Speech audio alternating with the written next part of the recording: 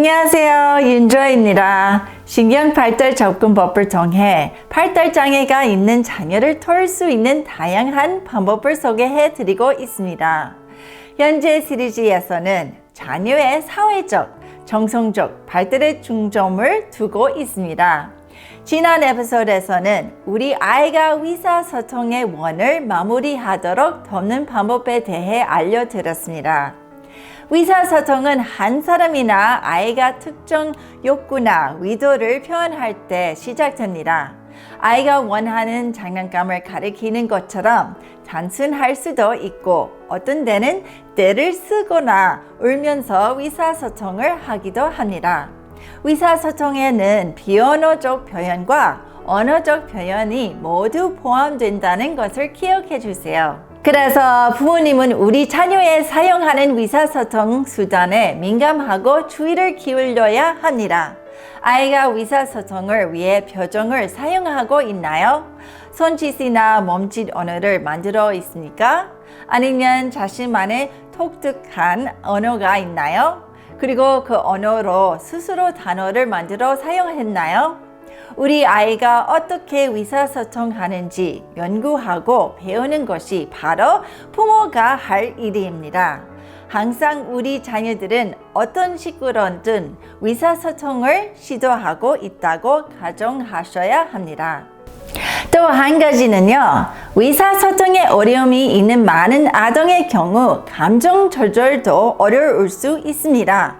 주의력 결핍, 자폐증 및 기타 발달 문제가 있는 아동은 종종 감정을 통제하고 자기 반응을 조절하는 데 어려움을 겪습니다.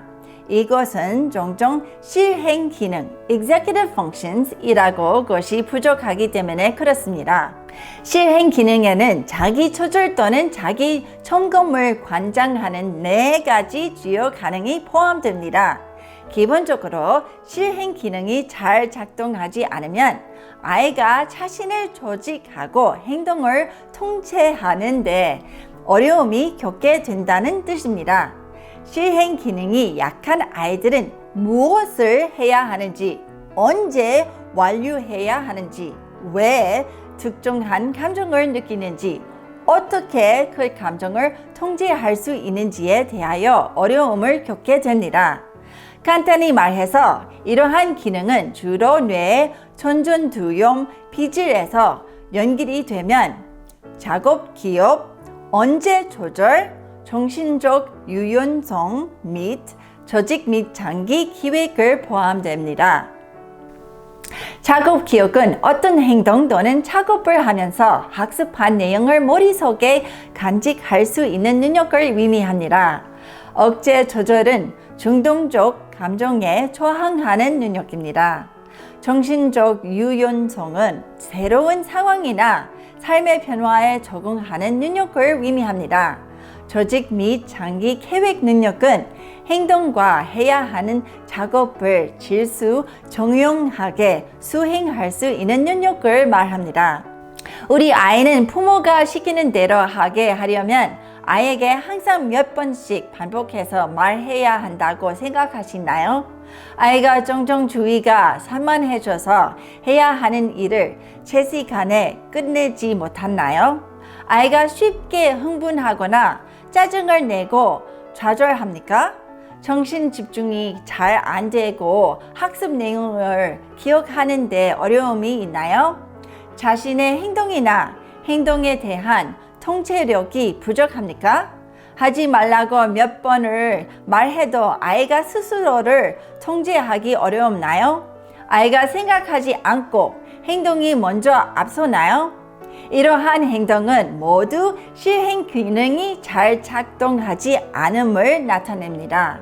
다시 말씀드리면 실행 기능이 잘 작동을 하지 않으면 자녀는 자기가 해야 할 일을 알면서도 그 일을 수행하는 반응이 잘 안 된다는 것입니다. 제가 여러분께 언급했듯이 이것은 일반적으로 신경발달에 지연 ADHD 또는 다른 발달장애와의 연관성 또는 뇌 외상으로 인한 것입니다. 따라서 말씀드린 영역들의 발달을 돕기 위해서는 근본적으로 신경학적 문제를 해결하는 길이 필수적입니다. 중뇌의 주요 기능 중 하나는 2차 정보와 자극을 혈류내는 것입니다. 중뇌가 들어오는 정보의 우선순위를 충분히 정하지 못하면 아이는 한 번에 한 가지 일에 집중할 수 없습니다. 과잉 행동은 또한 시상합으로 알려진 통일한 뇌의 일반 영역의 기능 장애로 인해 발생할 수 있습니다. 무엇보다도 시상하부는 자율신경계를 조절하며 혈압도 조절합니다.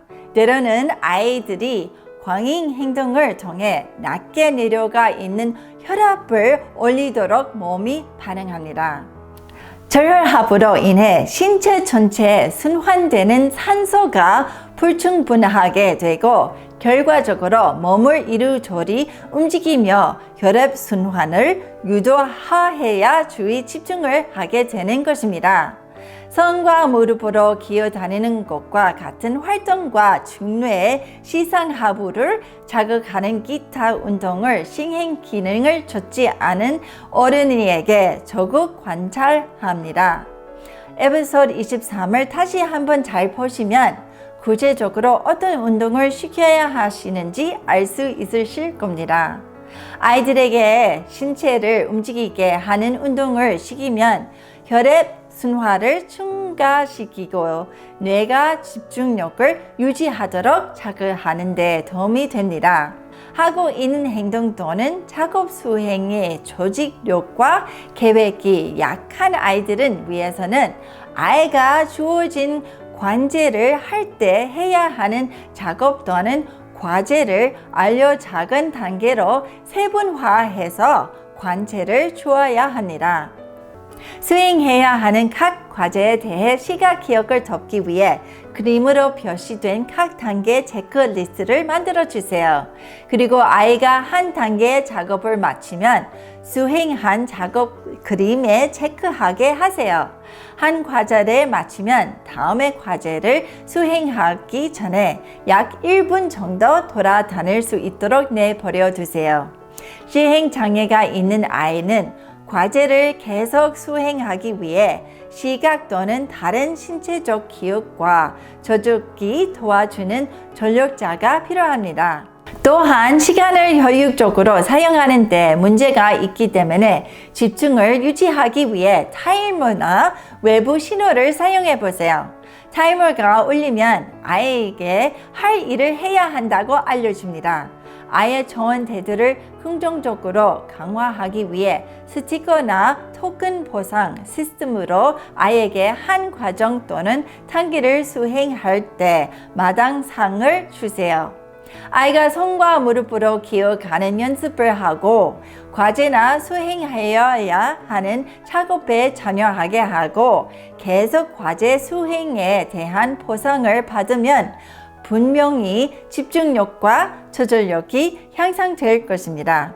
신경발달 접근 방식을 통해 여러분의 자녀의 어려 영역의 사회 발달을 돕도록 부모가 무엇을 할 수 있는지 계속 지켜봐 주세요. 다음 시간에는 자녀의 자립심을 어떻게 기를 수 있는지에 대해 말씀드리겠습니다. 힘내세요. 용기를 가지세요. 그리고 제 대신 아이를 꼭 알아주세요. 잊지 마시고 아래 구독 신청 눌러주세요.